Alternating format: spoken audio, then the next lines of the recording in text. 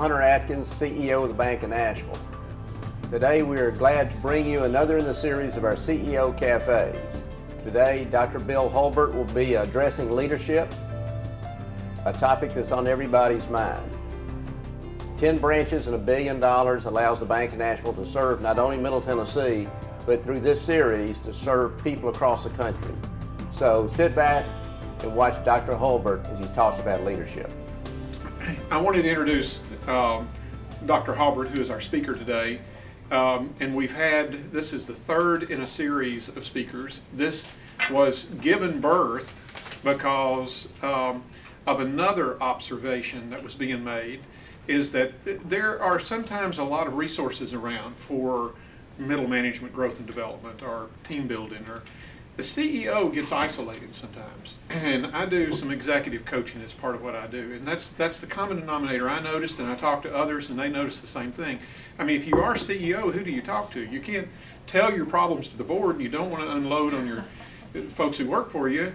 And to have a time that you can come and have networking with other executives, free lunch, there is a free lunch, believe it or not, and an empowerment session where you can walk out of here with some tools or some insight or perspective, growth and development that you didn't have before, is why this was founded.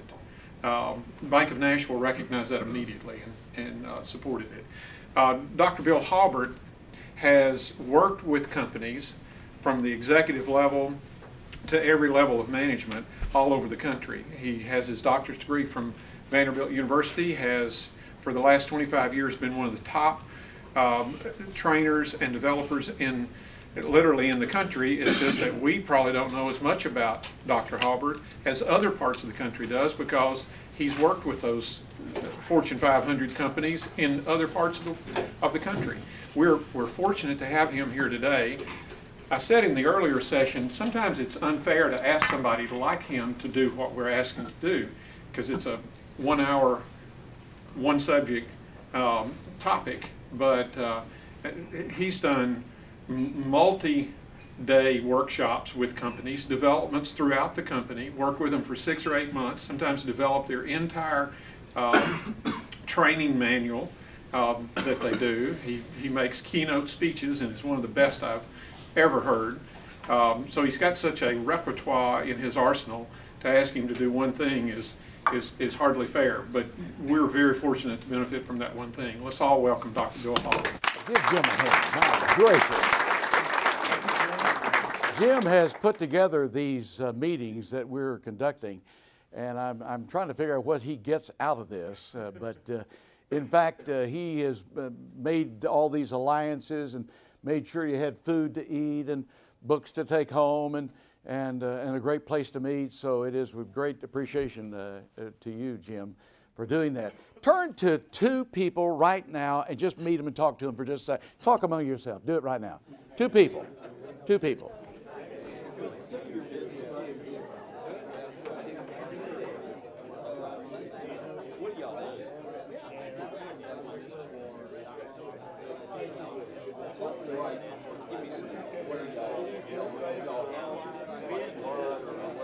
All right, that's absolutely enough. You know, you'd think that communication would be an easy thing because you do it so easily. Just think, just now you met somebody, you talked to them, and you did a few things to get acquainted. What did you do? What did you do? How did you communicate with that person? How did you communicate with him, Roger? I asked him about his business.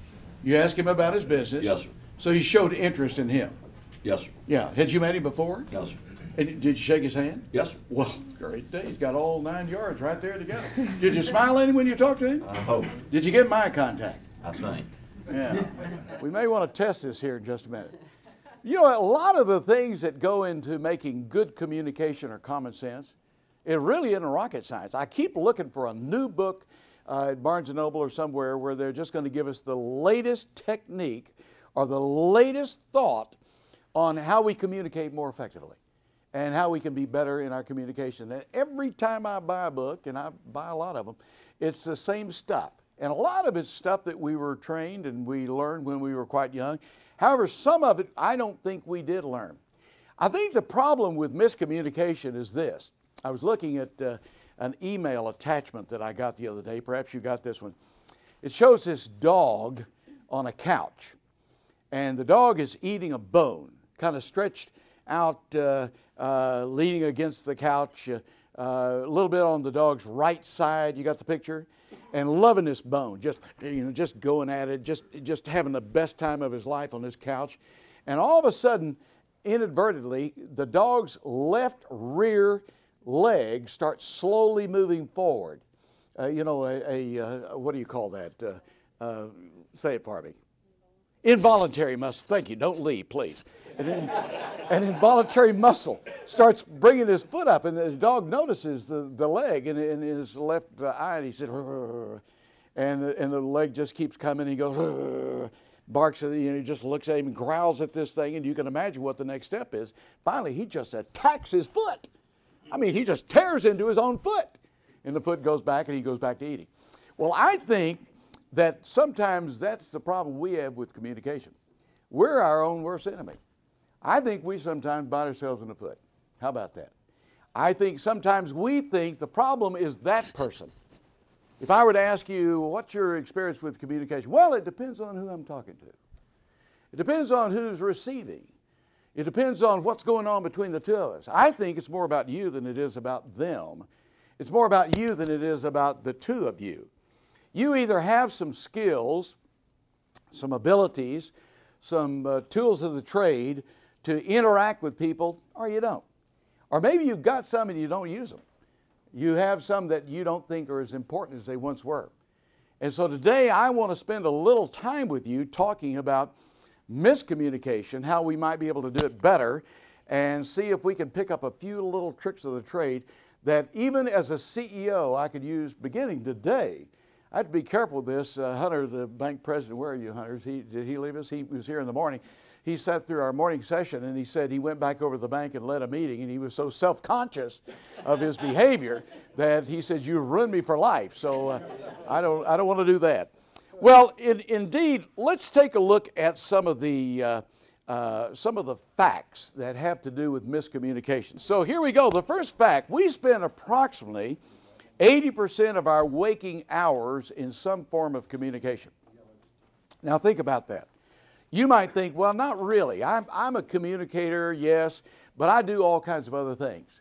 I do this, I do that. I work with computers. I work with research. I paint, or I'm a builder, or whatever. I'm not really communicating. I would assert to you today that you're probably spending a lot more time in communicating in human relations than you really think you are. Well, let's continue to look at the facts. The facts tell us that success in business is 85% dependent on effective communication and interpersonal skills. So when you begin to think about running your company, offering services, bringing in customers, drawing a paycheck, I would say to you that 85% of that success is more about human relations than it is about anything else. Since we're being sponsored by the Bank of Nashville, it reminds me of a bank I went to a number of years ago in another town. And I recall going into that bank for the first time. Somebody had told me this is a pretty good bank to go to. And I went to the teller to ask where I could find some information about a bank officer to see about opening up an account. And I remember how friendly this person was and how helpful she was. And I remember what a positive impression she had on me when I went into that bank. And honestly, more because of her than the bank officer, I chose to do business with that bank. You never know how those people up front affect you. We have a lady in the front. Rhonda, is that her name? Is that the lady's name? Rhonda, is that correct? Rachel. I knew I'd never forget her name. And Rachel met me this morning with a great smile and knew my name, and I didn't even remember meeting her. That's the embarrassing part, but she remembered it and called me by name and offered me, is there anything we can do to help you? Is there anything we can do to assist? And I said, well, yeah, a bottle of water would be great. And I got two bottles of water. We went beyond the call of duty. And then I said, you know, I could sure enjoy a cup of tea, and I brought my own tea bag because there's a real prejudice against tea drinkers in America today. By the way, that's another day, and I'd like to come back and talk about that. Tea drinkers, raise your hand. Yes, you know what I'm talking about, do you not? Yes. We're a little weird. But anyway, you know, I got the cup of tea. Well, you know, those kinds of things are what build businesses. Those are the things that create organizations. I remember when I was in graduate school, one of the most valuable courses I ever took from a professor was a fellow who didn't have so many letters behind his name, but had been very successful out in industry and business. And I took several of his courses because they were so practical. And one of the things that I remember that he taught so well is drink lots of coffee. Strangely enough, I'm a tea drinker. Lots of coffee with your customers. He said you ought to have a coffee break with a customer almost every day.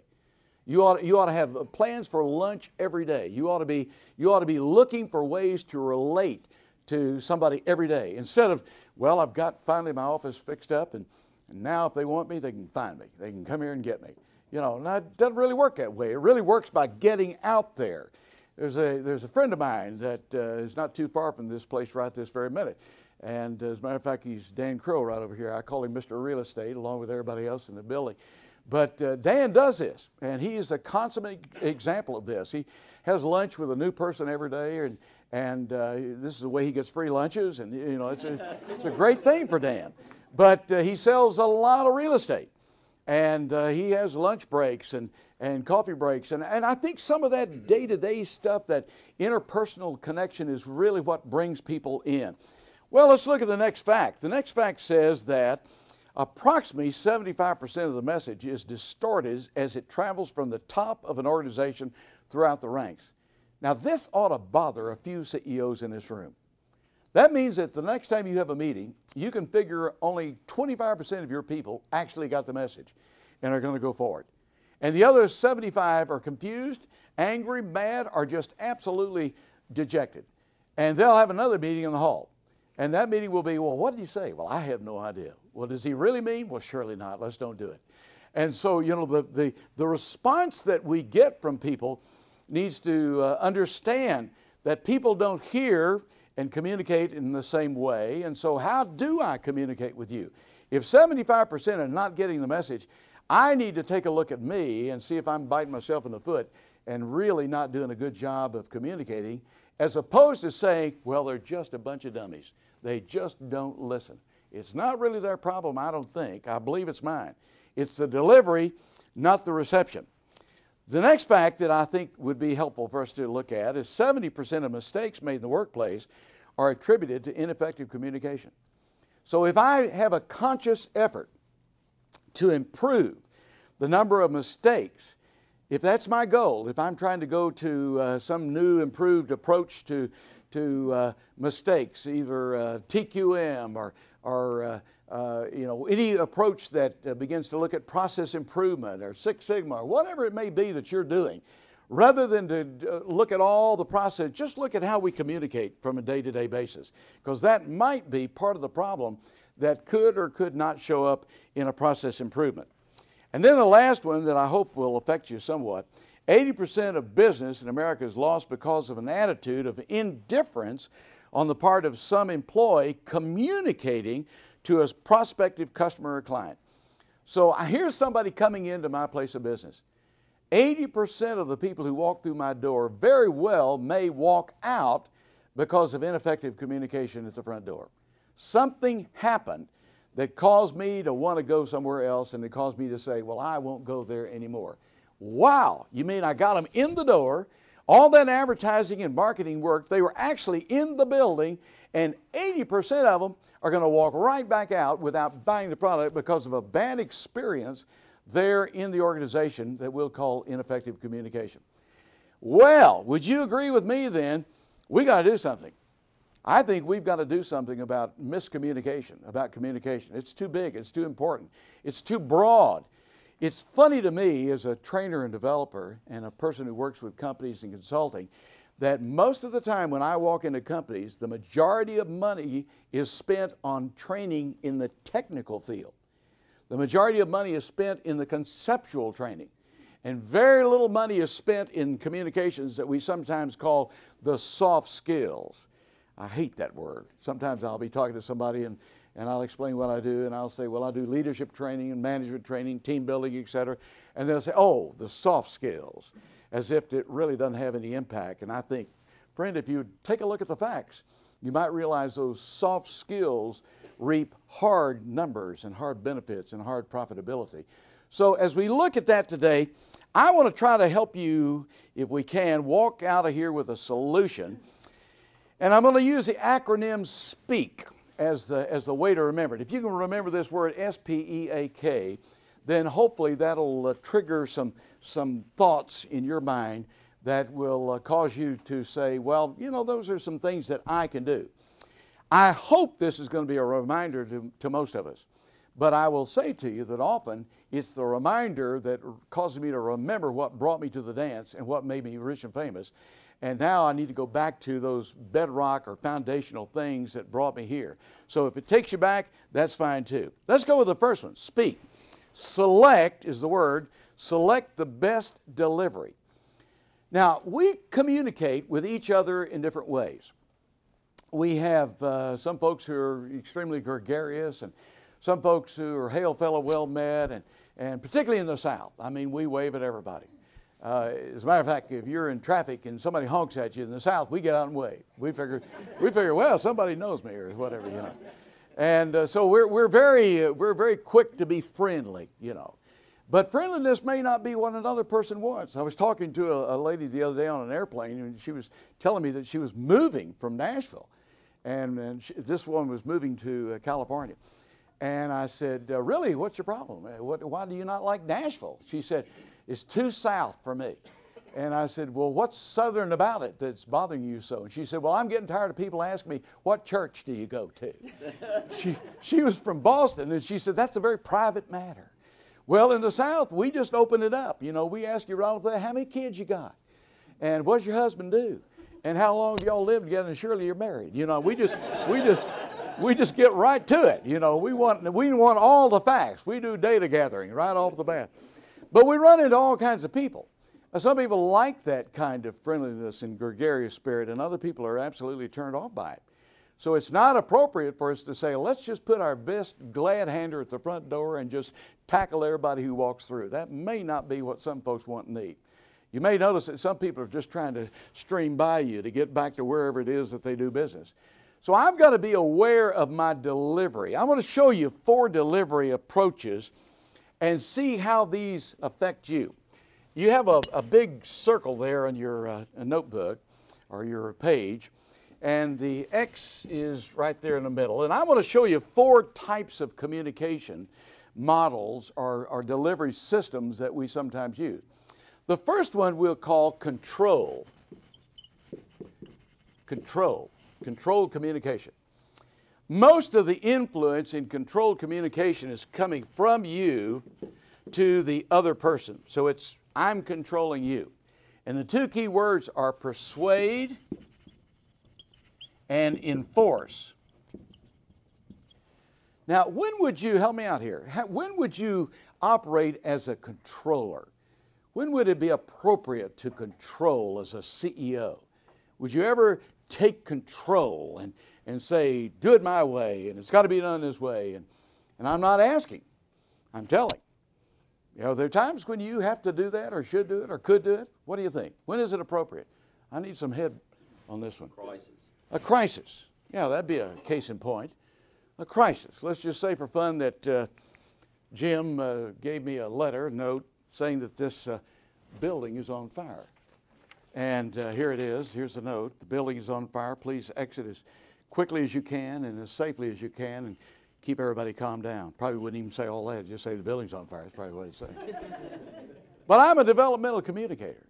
I'm a participatory leader.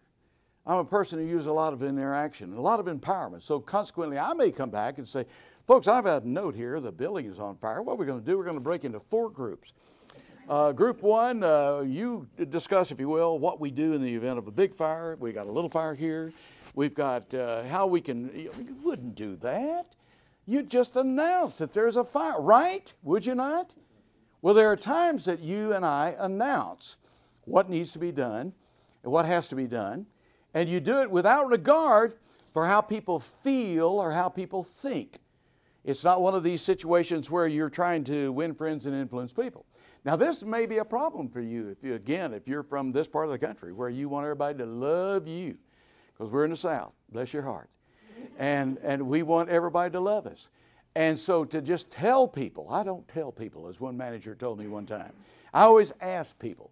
Well, that's okay, except as you're asking a perfunctory ask, because in fact, sometimes we don't have a choice. So telling, I think, is an appropriate way to communicate. I'm not going to do a lot of that. I don't think that should or can or needs to become my modus operandi, the way I communicate all the time, but I want to feel like that's in my arsenal. I want to feel like that's okay for me to be autocratic in instances where it is necessary and vital and to the purpose of the organization. Now, across the street from the controller is the relinquisher, relinquish. And the two key words in relinquish communication are accommodate and comply. So when I ask you to do something and you agree to do it, you salute, then that's communicating. When I was in the military, I was taught to salute and say, yes, sir. I was taught that when I say jump, you say, that's it. Several of you were in the service. And that was okay. We were taught, be obedient. I can remember having performance appraisals. And right there in the performance, obedience was listed. Right there, obedience. And you got a 1 to 5 on whether you were obedient or not. Can you imagine that, perhaps in your field of endeavor? Well, that was the case in the military. And so I think that this is an appropriate way to respond. What do you think? You think this is okay? Is it okay to relinquish? This morning I asked someone in the group, it was from your bank, Rhonda, who's the gentleman I asked? Say again. Blake. And Blake said, yes. I picked on him, and he said, yes, I think that's appropriate. And he pointed to Hunter, and he said, when Hunter asks me to do something, I do it. And then Hunter told me a little bit later after the meeting that there was another part of that story. And the other part of the story is that Blake is apparently a referee for the Southwest Conference, or for the Southeast Conference. And he's the one that's in the autocratic stance, or in the more controlling stance on Saturday. So the roles reverse. So the first thing that we can say is that the situation demands the kind of communication that we exhibit.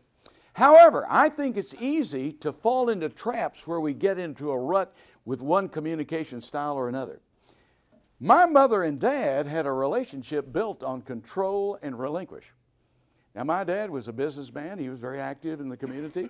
My mother was equally responsible in her work and in her endeavor. But a strange thing happened when my dad would come home. Mother would meet him at the door, and she would announce, "You are tired." And he would say, "Well, yeah, I'm pretty tired." And she'd say, "Well, why don't you go back there and just rest for a while?" And he would head for the bathroom, but before he could lift a leg, she'd say, "Wouldn't you like something to eat first?" And he'd say, "Yes." And he'd head back for the kitchen. She'd say, "Wait a minute. What about a little bath first?" He'd head for the bathroom. She kind of levitated him until she finally let him drop in some room or the other, you know. And I saw that as a child growing up. And I wondered about that. And then when I took my first course in psychology in college, I studied in those days transactional analysis. We have one psychologist here. You recall that, transactional analysis, parent, adult, child. And I thought, my goodness, that's my dad and mother. This is very parenting. This is very childlike. And that's demeaning and diminishing. I'm going to call my dad. I called him. I said, "Dad, mother is doing you in. I mean, seriously, you need to take a look at this thing. I mean, this is very, very disheartening, and I want to let you know what's going on." And he said, son, hey, hold it. Don't say a word. I mean, we're doing fine. Don't mess it up.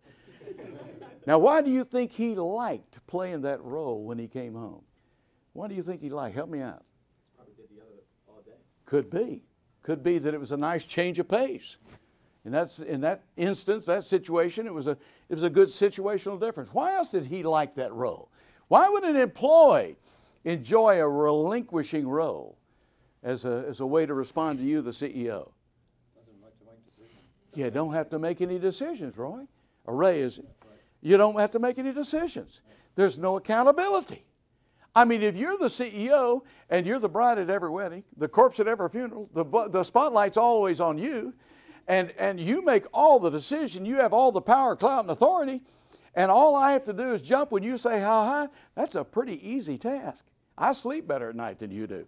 I never worry about anything I've got to do. I don't have to take initiative, because you told me that one time. You told me, one time I came to you and had an idea, and you said, now look, we're not paying you for ideas.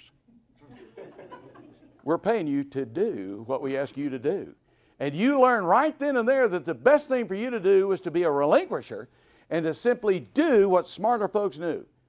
And so you gave up any creativity, any initiative, any acts of thoughtfulness, any acts of this is my company, it's your company. You're the one running it, and you get all the blame, all the blame, and anything else that comes your way. So I would suggest to you that while either of these are good places to be for the moment, they're not good places to be for a long term. Now let's look at another one. Now this one is really critical. This one is called withdrawal. And the two key words are fight and flight. Fight and flight in withdrawal communication. This one is win-lose, you win, they lose. And this one is win-lose, you choose to lose. But this one is lose-lose. When you move down into fight-flight, it's either active-aggressive or passive-aggressive. In active-aggressive, we just choose to say everything we think and feel. And you typically say things you wish you hadn't. And you look right at your wife and say, there's something I've been wanting to say to you, and I'll choose to say it now. There's something about you just like your mother. I've never liked that either. And then tomorrow you think, why in the world did I say it? Well, it was because you were into a fight mode. You were into just say whatever comes to your mind. Just say whatever you think. Just bring it out there. Fight, fuss, argue, debate. And by the way, it was Dale Carnegie who made a very famous statement. He says, you never win a fuss, a fight, an argument, or a heated debate. If you win the content, you'll probably lose the relationship. So you trade off there, folks. You trade off when you move into a fight. Some people say, well, we like to fight around here. Keeps us spirited. Keeps our customers away from the front door. You know, we have a big time in here. Yeah. There you go. The other one is flight. Now, flight is more passive-aggressive. It's more like, I'll get you, but you won't know when. You know, it's more a matter of pouting and sulking and not speaking to you. Have you ever heard somebody say, well, I'll never speak to her again? Seriously? Never. I'll die before I'll ever speak to her again. And you'll see that same person walking down the hall and maybe turning his head and just walking down like, have you ever seen anybody do that to you? Or be at a party or an activity or a meeting and just work at not getting near you because they would have to speak to you. Oh, what a game. What games we play. I would suggest to you that these are lose-lose games. And when we get down into this arena, we begin to really step backwards in our communication. So, sometimes, never, hopefully, that's my goal. That would be my intent. By the way, I grew up in a marriage where I didn't know how to fight fair. And fighting fair, I think, is going to be up here, and we'll talk about it in a minute. But I was one of those verbalists. Is this a surprise to you that I was somewhat verbal? You know, is that a surprise? That shocked some folks. But I married a woman who thought before she spoke. I talked until I thought of something to say. And her response was, well, I just won't ever speak to you, or I won't speak to you for now. And she would pout. And Barbara could do that for long periods of time. I mean, years. I mean, we'd go, you know. And we played this little game called Knock on the Bathroom Door. She would, you know, not physically, but psychologically move into an abandoned place and refuse to talk. And, of course, this just drives a fighter crazy, because a fighter wants an opponent. You got to have an opponent to have a good fight. You've got to have somebody who'll fight back. And there's nothing worse than somebody who chooses to flight. This one will just go out of their mind, you know, with that kind of setting. But I learned a long time ago the best way to handle a flighter is to not chase them, not seek communication. Just don't knock on the bathroom door. What'll happen? They'll finally come out. Where are you? I had a man at one of my conferences one time, and we were talking about getting along with husband and wife. This was more of a domestic kind of meeting, and he said, "Well, I don't ever play that game." He said, "If my wife and I get in that, I just go play golf." And there was another guy in the room who said, "Can you do that?" I mean, like, I thought you had to stay there and play that game. Well, you can do that. You can choose not to fight back, and you can choose to not flight. That's a choice. That's a choice that you and I can make. It means that we're probably pretty practicing. We're up to date on our skills, and we're thinking a lot about the impact that our communication has with somebody else. Now, here's the top of the ladder. I want you to put this down because this is good stuff. Developmental communication. And the two key words are inform and explore. And these two, I don't think we do a real good job teaching in our school systems when kids are young. As a matter of fact, I think we almost do the opposite. When kids are young, we often say to them, "Be still while I instill." Or we say to them, what? Children are to be, help me, seen and not heard. We communicate to kids that they don't really have the right to speak.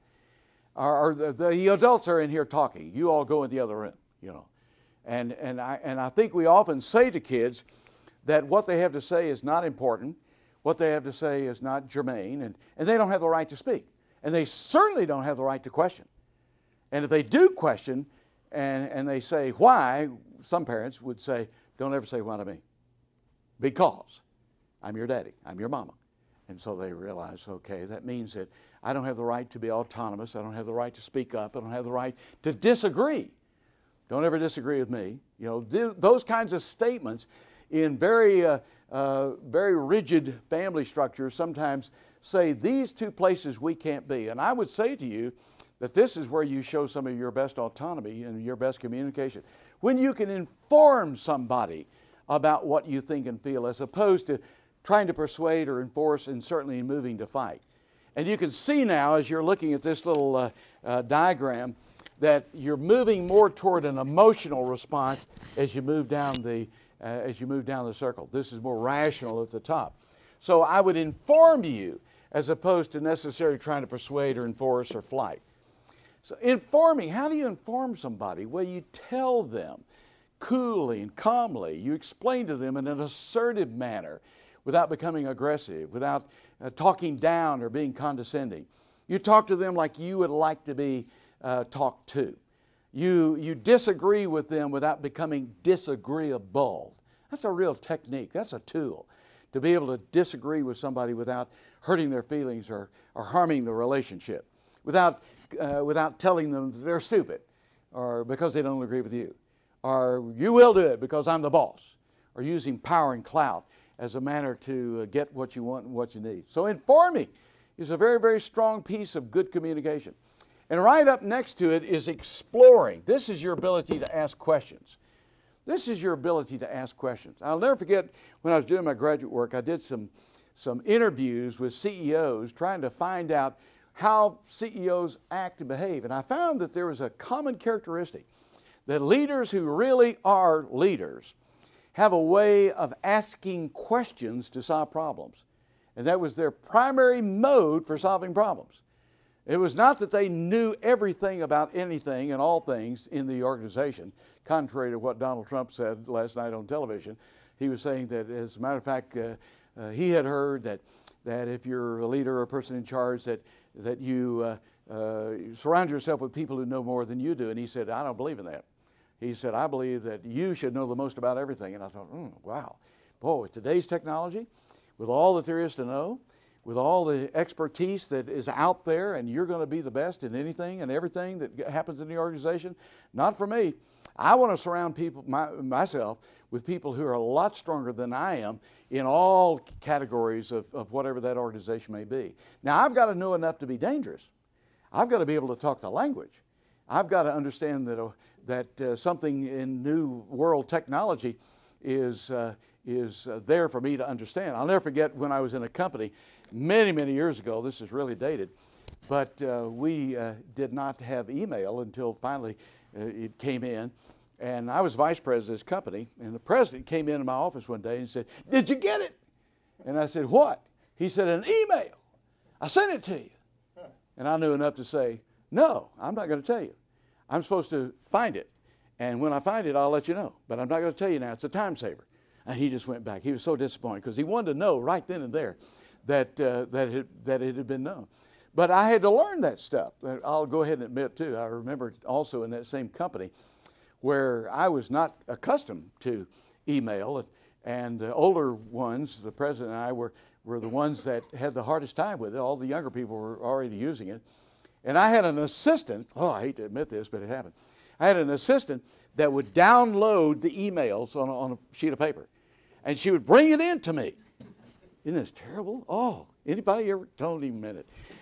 And she would bring it in, and then I would say, "Okay, Peggy, say yes to this one, no, and ask this one why, and put here, have you lost your mind?" And and then send those back out. And so she would go back and put it in the email for me. And so one day she came in. She was such a sweet person. She came in. She said, "Bill, I want to show you something that you might not know." And I said, "Okay." She said, "You see right here on your email, there's a word up here at the top, reply. You can just punch that." And I said, "Okay." So I punched it. And she said, "Now you can just write in there, yes or no, and hit send. And it goes right back to them." I just hate to tell that story, but it happened. and so, we all have to learn, and everybody has to learn to be on top of their game, and obviously you have to learn enough to be able to communicate, and we don't want to be behind the curve forever and ever. But to be the expert in all fields, I don't know. I don't think you do. I think you actually learn more by exploring, by asking the right questions. It was Dale Carnegie who said, you might want to write this down, "The person in a conversation who asks the first question controls the direction of the communication." The first question controls the direction.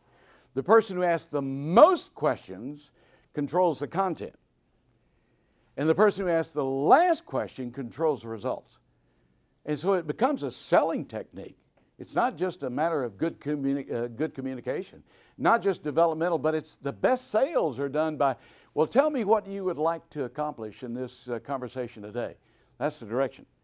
"Well, tell me what you want, and what do you want about this, and how you like this, and tell me. And then ultimately, "Well, if all of that is provided, when would you do it, or when would you want to buy it, or what day would you want it delivered, or whatever it would be." So informing, it becomes half of the picture. Exploring becomes the other half. This is called developmental communication.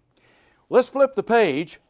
Let's look at the next part of the acronym, pitch to their sweet spot. Now, this is a very, very important thing to understand.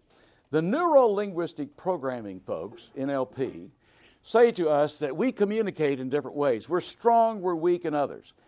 And if we can figure out what we're strong or best in, we will probably do a better job in our communicating. We look at at least three: auditory, visual, and kinesthetic. Feel, touch, tactile would be kinesthetic. So here I am, a pretty strong, what would you guess? Auditory, visual, kinesthetic, just based on the fact that I've been up here talking. Auditory, yeah, good guess right there. And I'm lowest on kinesthetic. My wife happens to be highest on kinesthetic and lowest on auditory. So we've had a marriage built on, I do most of the talking, she's a great listener, but she's far more tactile. I'll never forget when we first met each other in college, and we were getting acquainted. And I grew up in a family where my mother and dad didn't do a lot of touching. My dad shook my hand when I was 2, I think, and said, "Son, I love you. I'll never say this again, but you'll always remember it, I'm sure." Yeah. And so when I met Barbara, and she was just doing this as we were talking, she was saying, "Well, tell me this and tell me that." And I'm thinking, "Oh, this is nice. I like this. I think I'm in love, So, kinesthetic. So in fact, where are you strong? How many would say right here today, I'm a pretty auditory person. My auditory skills are probably where I'm strongest? Raise your hand. We're auditory people. All right. How many would say visual? I like to read, I like to write, I get more communication with email. How many would say kinesthetic? You know, I'm more tactile, learn by doing. Yeah. Well, if you want to find out, let me give you a quick test. Let's say it's Christmas Eve, and you're getting ready to put together that bicycle. And you got the box here. Okay, you got the picture? The auditory person would ask, in this case, his mate, honey, if you'll read this thing to me, I can put this together. And so she would say, well, it says here, open the box. Okay, all right. Open the box. Now, don't leave. And, well, what am I doing? Just reading? Yes, just stay right there. It says take out all the pieces. All right, I'll do it. And you begin to take it all apart.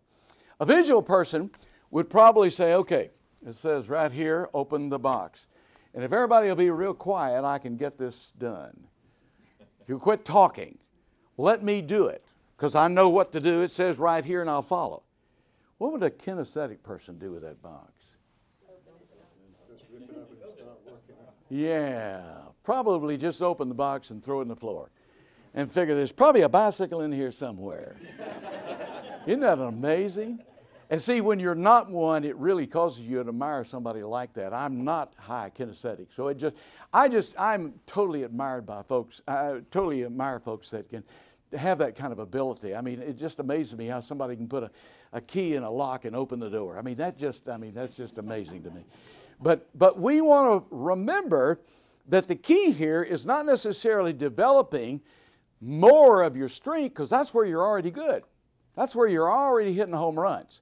You're probably making most of your mistakes in the lowest part of who you are, the lowest quadrant of your communication manner. And so what do? Well, what I'm going to do is I'm going to try to figure out who you are, and I'll pitch to your sweet spot. If you're a talker, we'll talk. Let's talk. If you're a visual person, I'll write you a note. Have you ever had somebody come up to you after a meeting or something and say, could I have that note in writing? I mean, could you send me a little email on that? Well, you're probably dealing with a kinesthetic a visual person. And have you ever had somebody come up to you and say, I've got a problem, but I'd like you just to come down here and out here on the shop floor and look at it with me and just kind of see what you think and try to get a feel for what's going on. Well, you're dealing with a kinesthetic person. So you really want to pitch to their sweet spot. And remember, again, we talked about in the very beginning that something like 70, 75, 80% of your communication is ineffective. This is the way I can start changing that if I'm aware of the fact that some people in my meeting will be kinesthetic, some people will be visual, some will be auditory. The best schools in America today pitch to all three. The best schools pitch to all three, and understand kids fall into those arenas, and therefore we really need to do all three. Well, the next one on the list is the letter E, engage your listening ability. Now, you wouldn't think you'd have to teach CEOs this, but it happens. Sometimes we're promoted to a high level of incompetence, to a high level, and we find ourselves not willing to do the things that brought us to the dance. And I think what got you to that high position is probably some of your communication skills. Somebody noticed in you a long time ago that you were a good communicator, good listener. Therefore, when I talked to you back in the days when you were a technician or you were a supervisor in a particular department, you showed real interest. But when you became the CEO, you kind of began to take yourself seriously. You began to think of yourself more highly than maybe you needed to. And you got rid of some of those really great qualities that made you a strong communicator. Now here they are, a soft gaze. You look at people when they're talking. You ever gone into somebody's office and as they're talking, as you're talking to them, they're continuing to write something and do something? Oh, CEOs, do you ever do that? Do you ever continue to work or say, go ahead and talk, I'm on the phone here and I'm answering this email. But what is it? Something about a death in your family? Go ahead. Oh, wait a minute. I'll come back to you when I can have time, when you have time for me. So one of the things, eye contact. The second one listed there is head bobbing. Now, you would not think we would have to have head bob training, but we're going to do it right here. Now, we're going to do it. Now, get ready. This won't hurt. If you haven't done it in years and years, it may be a little bit of a thing, but just kind of move your heads a little bit. Just kind of stretch them out a little bit. Yeah, they're really good here, yeah. And now, when I say something that is of agreement, I'm going to see some head bobbing. So the world is round. Very good. I'm going to stop right there because I don't know if I could get agreement on anything else. Repeat what you hear. So when somebody's talking to you, you repeat the words or you repeat the inference. Rhonda, I'll try this with you if you don't mind standing here for just a second. So Rhonda was very upset when she said what she said. So you'd be that bothered you? Well, she said? just repeat. Just see if you can. What did she? I want to know what she said. Well, I know that. Sit down if you give her a hand. That's the danger in gossip, I tell you. You can't control it. Ask questions. We've talked about that. Ask questions of the person. And then the last thing, show some facial empathy. Have you ever talked to somebody that showed no facial expression? You look in their eyes, you don't see a driver. I mean, you think, hello, anybody home? I mean, come on, do something. I like talking to somebody that when they talk, they do a little of this, eyebrows, or squint, or show some interest in your communication. And just to talk to a face that shows no composure, or no interest, no empathy, is a hard match to make. So engage your listening abilities. The next one listed there is the letter A. Assess the ideal environment. A lot of this has to do with where and when you communicate with folks. If you're a CEO, where do you choose to communicate with people? Think about how we often set ourselves in place for the CEO communication.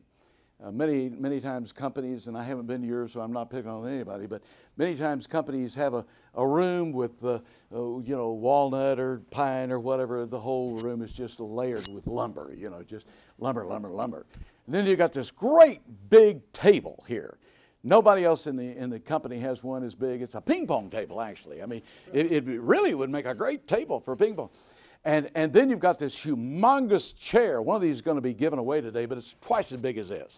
If you're the CEO, it's pufferted and it's turfeted, and it's up on, depending on how tall you are, it can raise above you, even with you standing. I mean, it's a humongous chair. So that when you walk in, this person can look down on you.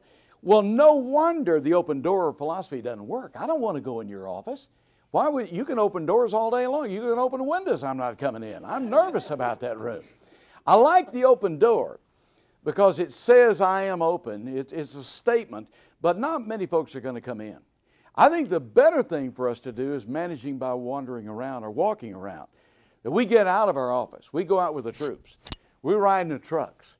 We get out with the people. We find out what's really going on. One of my favorite examples of this was Muriel High. When they were still Muriel High, I used to go down on their helicopter and see the president would be at different gates each day to greet people when they would come in. And if any of you know that company at that time, he was just loved by those folks. He would actually be there at the gate when they would come in, and he would see you. Stand up here a second. Who is this? This is yeah. And he'd say, "Good morning, Jay. Good to see you. I saw where your wife was arrested." He was there to comment on what's going on in your family. He knew the people, and so a CEO gets out with the people, and it gets away from the clustered environment. I have a client up in Cincinnati. To be careful what examples I use because some of you are related. But somebody was telling me the other day about this new CEO, how he had been there now for about 1.5 years and had not even been out on the floor. I can't imagine that. I think that was probably an exaggeration, but that's what they felt. That's what they thought. That was their perception, and what? Perception is, hello, reality. And so, what I want to do, one of the first things I want to do when I start a new company, when I try to affect my leadership role, is to forget what's on my computer, forget what's on my desk. I want to get out and meet people. I want to shake hands. I want to meet people. I want to know something about them and let them know me and have this interaction that starts building a base for proper communication. So office and biblical, you can take a look at all the factors that go into offices that are effective or ineffective. Another good example I like to think about is a fellow by the name of Paul Hinkson, who used to be president of Gates Energy, which is now Energizer Battery in Gainesville, Florida. And I worked with them for years and years, and Paul was such a proponent of getting out with the people that he actually had no office. He didn't have an office. He got rid of his office when he became there.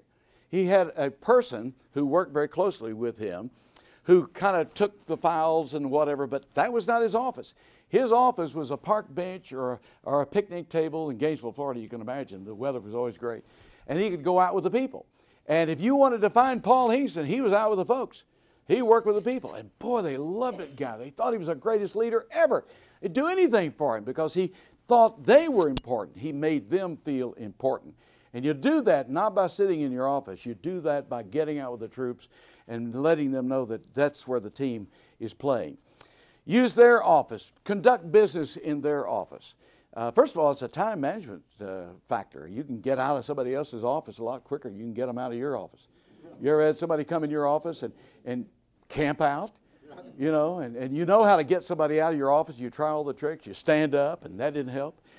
And you make a comment like, well, Bob, this has been helpful having you here and explaining your problem and your situation. And we spent here an hour and a half, and I think that we've gotten to a better place. And because you did such a good job of winding down, Bob says, well, yeah, and that brings me to another issue. And you think, oh, Lord, help me to get around. But if you're in Bob's office and it's time to go, you can say, Bob, I got to go. And you're bang, you're gone. You're out. You're over. So if you could conduct business in other people's offices, you actually can leave faster. What about attire and aesthetics? You know, we're so funny as people. Here I am in a certain tie and whatever. We finally got to the place where we said, in a lot of industries today, well, Friday will be cowboy day. Or, you know, we'll walk in Western attire, and it's okay to take your tie off one day a week, only one, but never on Thursday, never on Wednesday or whatever day. But then a lot of companies are beginning to realize, you know, you really can breathe better when you loosen this thing. You really think better when you're not heavyweight. You know, you really look better.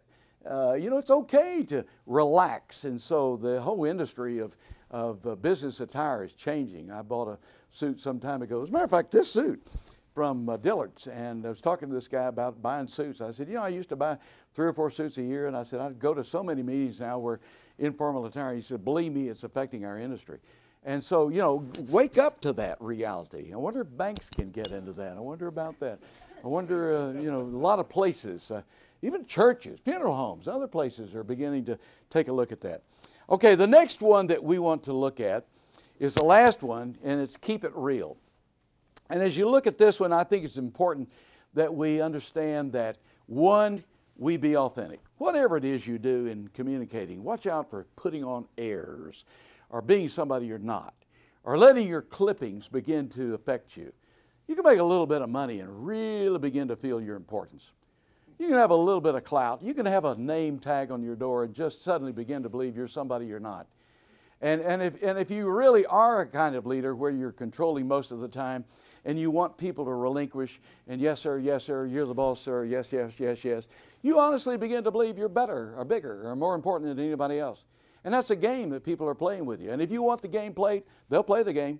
They will play the game forever and in eternity. And it'll be a game that only you are not understanding. Everybody else understands. You got to have it. You need it. It's important for your ego to exist. I would say to you, though, that if you can be developmental and you just kind of adult, can we just talk? Can we just react? Can we just relate?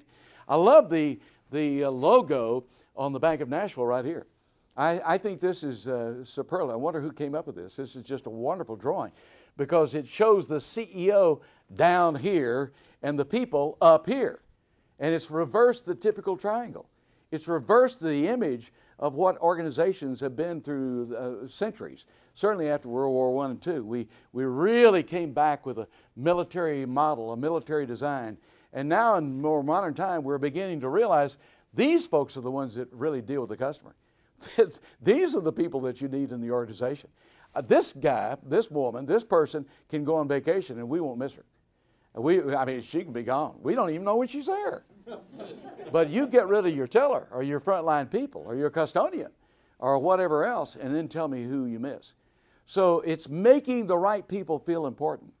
Be authentic. Be yourself. Find out what your strengths are and use those, but don't forget that you got to pitch to their sweet spot and understand that real communication is understanding your opponent, not necessarily just getting better and better about how you do what you do. And the first thing, I think, is to be humble.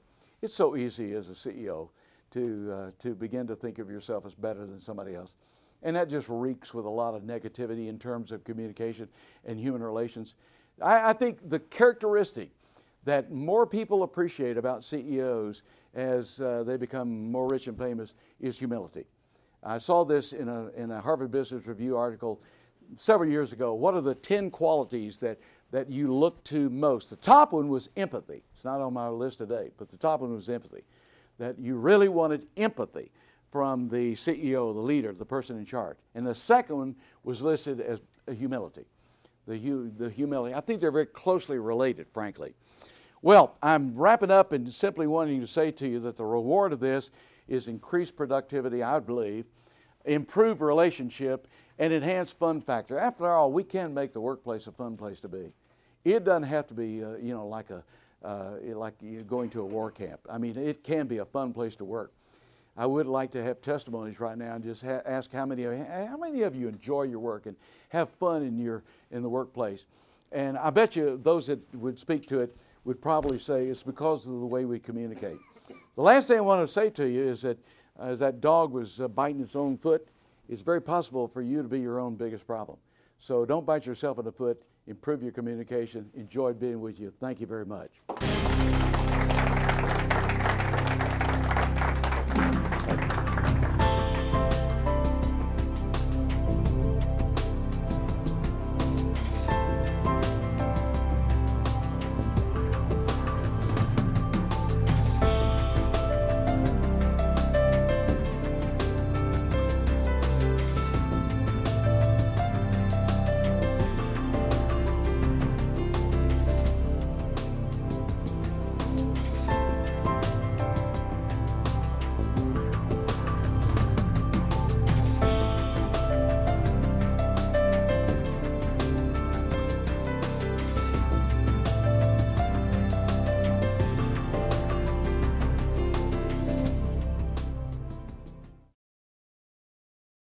Do you like this top? So gay. Really? Yeah, it's totally gay. You know, you really shouldn't say that. What if every time something was bad, everybody said, "Oh, that's so girl wearing a skirt as a top"? Oh, you are. Those are cute jeans, though. When you say that's so gay, do you realize what you say? Knock it off. Sounds like you could use some Van Gogurt. It's fortified with arch-rich nutrients to improve your math and reading skills. Catch! Van Gogurt, thanks. So what's the deal with your ear? Always with the ear, huh? Feed your kids the arts. For 10 simple ways to learn how, visit AmericansForTheArts.org. Honey? The credit fairy doesn't exist. What? It's make-believe. Nobody left anything under your pillow. If there's no credit fairy, then we'll make our credit score go up. We will. By doing things like paying our bills on time. There's no magic to improving your credit, but there's help, and it's free. Go to creditfairy.org. What? When I have an asthma attack, I feel scared. Sometimes my parents have to take me to the hospital. I feel like a fish with no water. You know how to react to their asthma attacks. Here's how to prevent them. Call 1-866-NO-ATTACKS. Visit www.noattacks.org or call your doctor. Because even one attack is one too many. I'm starving. What's for breakfast? Guten Tag! Johannes, Franz! I bring you arts-enriched Raisinblams, fortified with increased test scores and creative problem-solving skills. It's good! And good for you. Bobby? Susie? Don't worry, that's just the power of the arts! Feed your kids the arts. For 10 simple ways to learn how, visit AmericansForTheArts.org. So you can't save money? That's easy as pie. Brown bagging lunch instead of going out. $6 save times 5 days a week times 10 years is $21,000. That's a lot of lettuce. Small changes today, big bucks tomorrow. Feedthepig.org.